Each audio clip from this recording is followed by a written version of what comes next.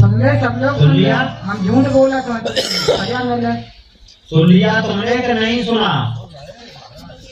नहीं, इन्हें किसी की पूजा की जरूरत नहीं, इनके लिए कोई भगवान बना और न ये कि कोई भूत चुड़ैल है नहीं है, देवी देवता है नहीं है, भगवान है नहीं है। नहीं तो हम सत्संग में महाराज जी कभी नहीं गए, हम जानते नहीं सत्संग ना हम गए कभी नहीं गई? नहीं गए। बेटा अमित थोड़ा खड़ा हो जाना। ये तेरी मैया है तो पड़ोसन है, कभी नहीं गई है? अगरबत्ती नहीं लगा कभी। जरूरत क्या है तुझे? रोज नहीं लगा। क्यों लगाएगी? जहां दानवों का वास बस जाए वहां भगवान की जरूरत नहीं पड़ती। वहां खुदगर्जी पैदा हो जाए वहां पर स्वार्थ की जरूरत नहीं। नहीं तो महाराज जी कोई खा लो कैसे हो तो चाहे हम कुछ ना हो, मेरे घर में कुछ ना हो, तो चाहे कोई मांगने वालों आए पैसे हो, हम तुरंत खैरे को ना पाए देंगे भाई दी। कब से देने लगी? जब से हमें अकल आई, देने लगी? जब से अकल आई तब तो सुन ले, अकल आई, अकल गई भाड़ में। तू तब से आ रही है, पहले तो ये बता, जब से तू दरबार में आई थी, दरबार में आने से पहले तेरी कितनी गांठें थी और दरबार में आके कितनी रह गई? किस्म खा के सच बोलना, मौसम ले आई, कुछ मत कहना। नहीं महाराज जी बहुत आराम है। पहले सुनना, ये बच्चा तेरा बिल्कुल निपट अंदाई था। हाँ महाराज जी। आज अपने पैरों पर चल पा रहा है? अब चलता पैर है महाराज। अगर सुनो, सुनते जाओ, मैं तेरे इलाके में मैं कोई गाय बांध के नहीं लाया था। लाया था बांध के? नहीं महाराज जी। मैंने तुम लोगों पे उन गायों को जो जहां गाय बंधी थी तो मैंने कहा भैया मुझे बेशक खाने को मन देना, मैं झोली फैला रहा हूँ, मुझे गायों का चारा दे देना। सच है या झूठ? सही है। क्या भरोसा करो? ये किसी भिखारी को भीख डालते थे होंगे? महाराज जी हम क्या भरोसा कर सकते हो? आटा उड़ा गए गैयन को महाराज जी, जो कछु जोरो वो न सो हम ले गए। एक दिन का, अगर एक दिन का चारा निकला हो, नहीं एक तो नहीं ले गए। एक दिन का किसी के बूते से चारा नहीं निकला, क्या एक दिन लायक काम नहीं किया? मैंने गायों को मांगा था, मैंने खुद के पेट के लिए नहीं मांगा था। तो क्या भरोसा कर सकता हूं ये भिखारी को भीख दे सकते हैं? साधु महात्मा को ये खिला सकते हैं? किसी साधु महात्मा की पैरावनी कर सकते हैं?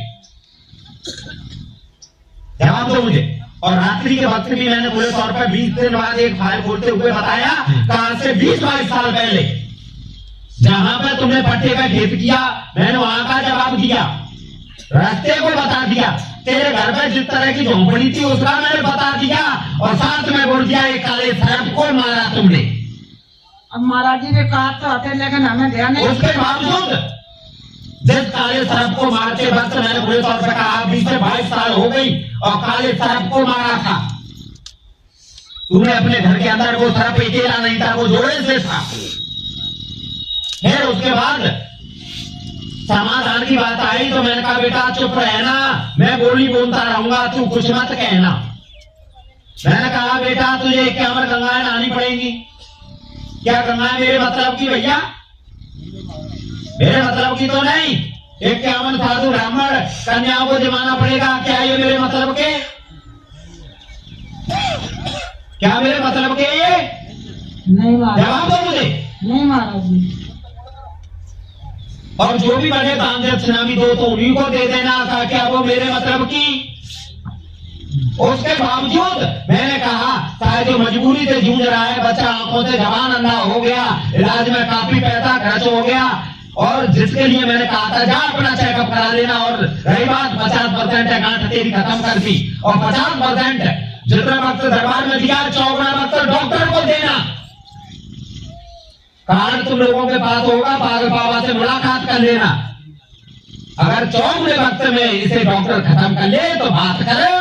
फिर भी मैंने इसे क्या जवाब दिया, तेरे पे कुछ नहीं बने तो 2 दीवड़े लेना, उनमें थोड़ा सा दूध रख के हाथ जोड़ के घोंटू टेक देना और कहना कि मेरी गलतियों को माफ कर दो, और जो मेरे पे बना है उसका भोजन कर लो। गाय के गोबर से थोड़ी सी जगह लिपना, और उसे लीपने के बाद 2 दीवरों में क्या मैंने गलत बोल दिया? नहीं सही बोले महाराज। मैंने कहा 51 कन्याओं पे पैर धोना, अपने परिवार को उन्हें पिलाना, खुद पीना, और पैर धोते वक्त एक ही बात कहना कि मेरे गुनाहों को माफ कर दो। मैंने गलत कह दिया तो जवाब था हम तो भोले बाबा को मानते हैं, हम तो शिव जी को मानते हैं, किसी को नहीं मानते। अगर तू शिव जी को मानने वाला होता तो सराप आज आड़े नहीं आता। हम करें तू कल के शिव जी को नहीं मानता, तू कल के शंकर को नहीं मानता, तू कल के भोले को नहीं मानता, सिर्फ तू आज के भोले को मानता है। किसे मानता है? जो आज का भोला चल रहा है, और उसकी सजा उसके परिणाम ये है, देख तुम्हारे मानने पे और तुम्हारे कर्मों पे जो जवान बच्चा अपनी आंखें खोज पाता, आज बच्चा बगैर उसके घूम रहा है, और मेरी दक्षिणा में मुझे ये मिल रहा है कि तुम किसी का मान सम्मान नहीं जानते, झूठ को तो कुछ भी बोलो, और तुम्हारी खुदगर्जियां तुम्हारे बीच में बैठ के देख रहा हूं। एक साधु महात्मा भी सामने बैठा है, मैं उसे भी देख रहा हूं, यहाँ तक आके सब कुछ देख रहा हूं कि तुम सिर्फ खुदगर्ज जो हो, तुम्हारे पास डॉक्टर और भगतों के लिए फाले, झूठे साचे सत्संग के लिए फाले, लेकिन परोपकार परोस्वार्थ के लिए तुम्हारे पास कुछ भी फाल तो तुम्हारी कमी तुम्हें बहुत नहीं है। बात आए तो कहते ऐसे तो डॉक्टर ही मिट जाएंगे, जब ऐसे करने लग जाएंगे अरे खुद कर जाओ, हाँ तुम्हारे तो काम डॉक्टर ही आएंगे जब मरे के पेमेंट किए जाएंगे, तुम्हारे डॉक्टर ही काम आएंगे, तुम्हारे भगत ही काम आएंगे। रहे बचे तो सत्संग में चले।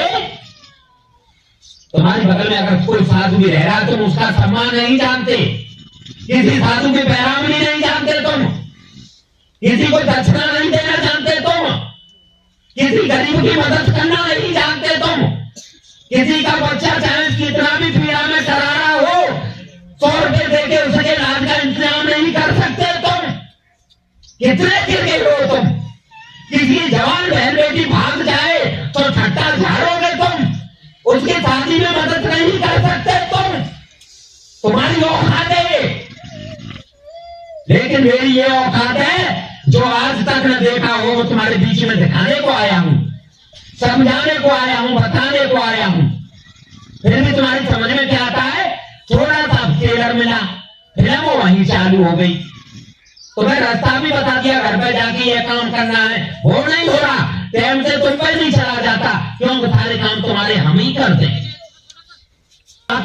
जाति को छोड़ के अगर 5 जातियों में तूने किसी बहन बेटी का कन्यादान लिया है तो दुनिया कहती है बाप की, अगर मैं अपनी मां से जान जाऊं तेरी गांठें आज ही खत्म करूंगा घर से, और था अपने जवान बच्चे की कदम तूने अपनी जाति को छोड़ के अदर जातियों में 5 बेटियों का कन्यादान लिया हो तो नहीं लिया महाराज जी।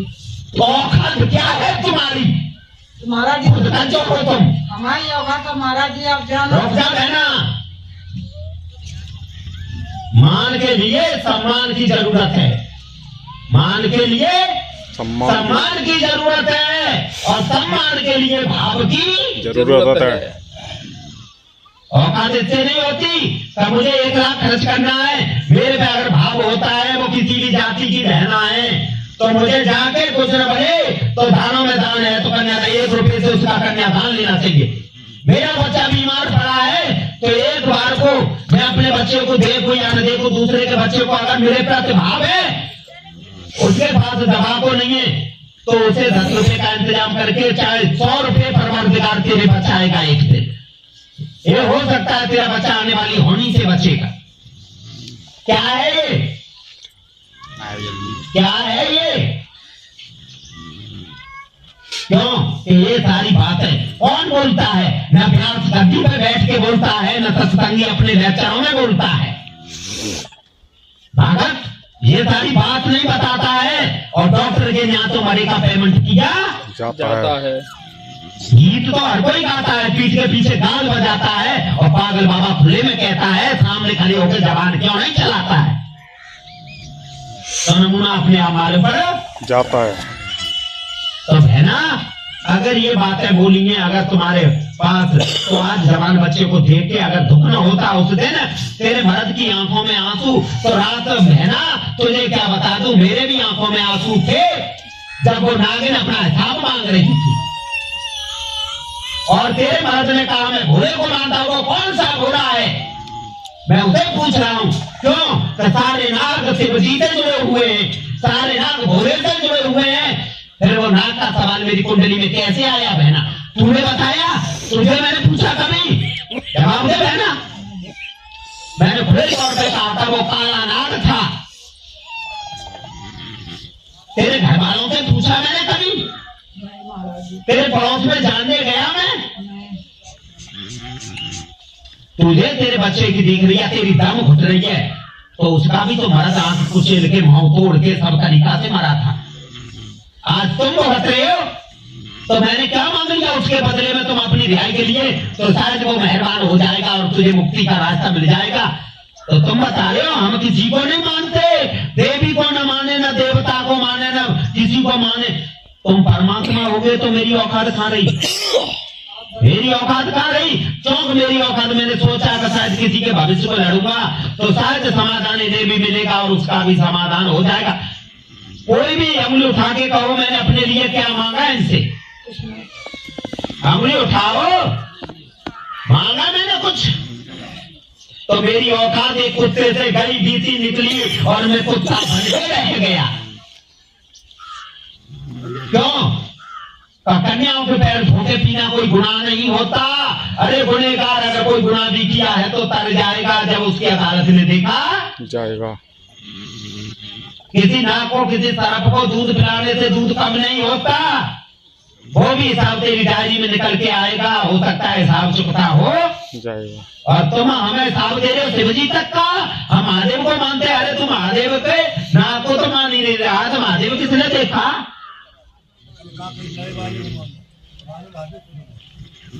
अरे उनकी बुद्धि खराब है भैया, तुम और भी। तेरी और अच्छी है। तेरी कितनी अच्छी है? हम न देवी को माने न देवता को माने, हम किसी की अगरबत्ती न जलाएं, तेरे नहीं जवाब दिया जाता ये? नहीं हमने महाराज जी तो तुम्हारे को मानना काम आएगा? डॉक्टर, सिर्फ डॉक्टर। जहाँ तू अपनी जमीन जायदाद अपनी बर्बादी करके आई है वहीं पहुंच में ना। नहीं रोज कहाँ पहुंच? क्योंकि ये पागल बाबा की अदालत में सिर्फ न्याय और अन्याय देखा जाता है, फैसला अपने आप हो। मैं तो सिर्फ गुनाहों को रिहाई के लिए 80% फैलों को लेके आया हूँ और जानता हूँ मैं 8% भी फैसले नहीं करवाऊंगा। और पता नहीं मैं कहां से कहां चला। और तुम लोगों से कह रहा हूँ और कह चुका हूँ, मुझे ज्यादा भी वक्त नहीं बिताऊंगा। हो सकता है ज्यादा वक्त तक तो मैं नजर नहीं आऊंगा, मैं जमाना छोड़ के चला। लेकिन मेरी हैबिट भैया बहुत कर रही है। जीवन गुजर जाते हैं, मुद्दतें निकल जाती हैं, लेकिन पागल बाबा चैन जब जाता है और भेष बदल के जमाने में फिर हाजिर हो जाता है। तो पागल बाबा को रोकने वाला कोई नहीं हुआ। पागल बाबा अपनी मर्जी का मालिक है। बस फर्क इतना है, रंग बदलेगा, चेहरा बदलेगा, शरीर बदल जाएगा। पागल बाबा हर बार जाता है और हर बार लौट के आता है। पागल बाबा को कोई नहीं रोक सकता मेरी मैया। और आज ही बता दूं तुझे, मेरे 38 साल हैं, मैं बहुत जल्दी चला जाऊंगा। 38वें साल में मुझे वापस आना है। मैं बहुत जल्दी जाऊंगा और बहुत जल्दी आऊंगा। फिर किसी भेष में मिलूंगा लोगों से। शायद तुम्हारे जैसों को तो इतना भी अंदाजा नहीं है कि कितने वक्त जाना होगा और कितने वक्त। फिर 38 साल में इसी तरह से मैं लोगों से मुलाकात करूंगा। कौन सी जाति में कौन से भेष में ये मुझे मालूम नहीं। जितनी जातियों पर तुम अहंकार करते हो, मैं हर जाति से निकल चुका हूँ, हर जाति में बदल चुका हूँ। और तुम अपनी जातियों का रौब झाड़ते हो। पता नहीं कौन कौन सी बात करती हो। तुम इंसानियत की बात कहाँ करती हो? क्योंकि मैंने जातियों को भी बदला है, मैंने मजहबों को भी बदला है। मेरा सिस्टम भैया यूं ही चलता है। और शायद 16 साल मैंने दरबार में वक्त बिताया, मैंने अनगिनत वसूलियों को करवाया, मगर आखिरी वक्त में एक सवाल मेरी समझ में आया जब तुम जैसे लोगों ने उठाया, क्या महाराज हम तुमसे बात नहीं कर पाएंगे? तो मैं ये बात सोच के दुनिया में निकल आया, मगर किसी की समझ में कुछ नहीं। जब डॉक्टर डिग्री की बात करते हैं तो जाओ जानकारी करो, दरबार में नाक रगड़ते हैं वो। जब तुम्हारे पास डिग्रियां हैं तो तुम्हें पागल बाबा की जरूरत का है को पड़ी। प्राइवेट की बात नहीं कर रहा हूँ, सरकारियों की बात कर रहा हूँ। जब पता नहीं कौन कौन सी बत्ती पाके रुखा नहीं खाते, नाक रगड़ते हैं पागल बाबा के दरबार में। लेकिन पर्वती लगा देगा। मैंने कहा जब लेना मैं